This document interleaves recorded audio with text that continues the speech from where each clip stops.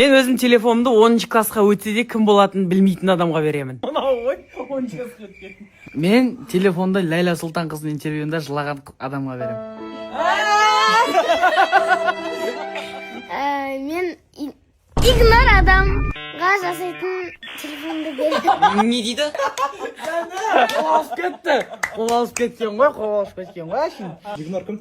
Мама. Мен өз. Не уатынықта? Балдарының сообщениесін оқымайды да, андай бүйтіп комментарий жазған, оқиды сторисқа запрос тастаған, сондай адамдардың несін оқиды. Біз балдар вообще оқымайды. Мен телефонды жаз бойы жеке мектепте оқимын деп, бірақ оған түспей қалған.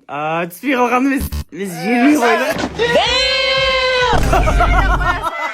Мен телефонды ашуланса басын стенаға ұрған балаға беремін. Сұлтан 1 жасқа дейін басын жерге ұрып жылайтын тұғым. Содан сәл-сәл ақылды болып кеткен да. Мен телефонды жаз бойы грузчик болып жұмыс істеген балаға беремін. Мен телефонда елдің елеушісі, мектептің билеушісіне беремін. Соны айтам. Жоқ, қайтадан айтшы. Қалай дедің? Болды ол жағы.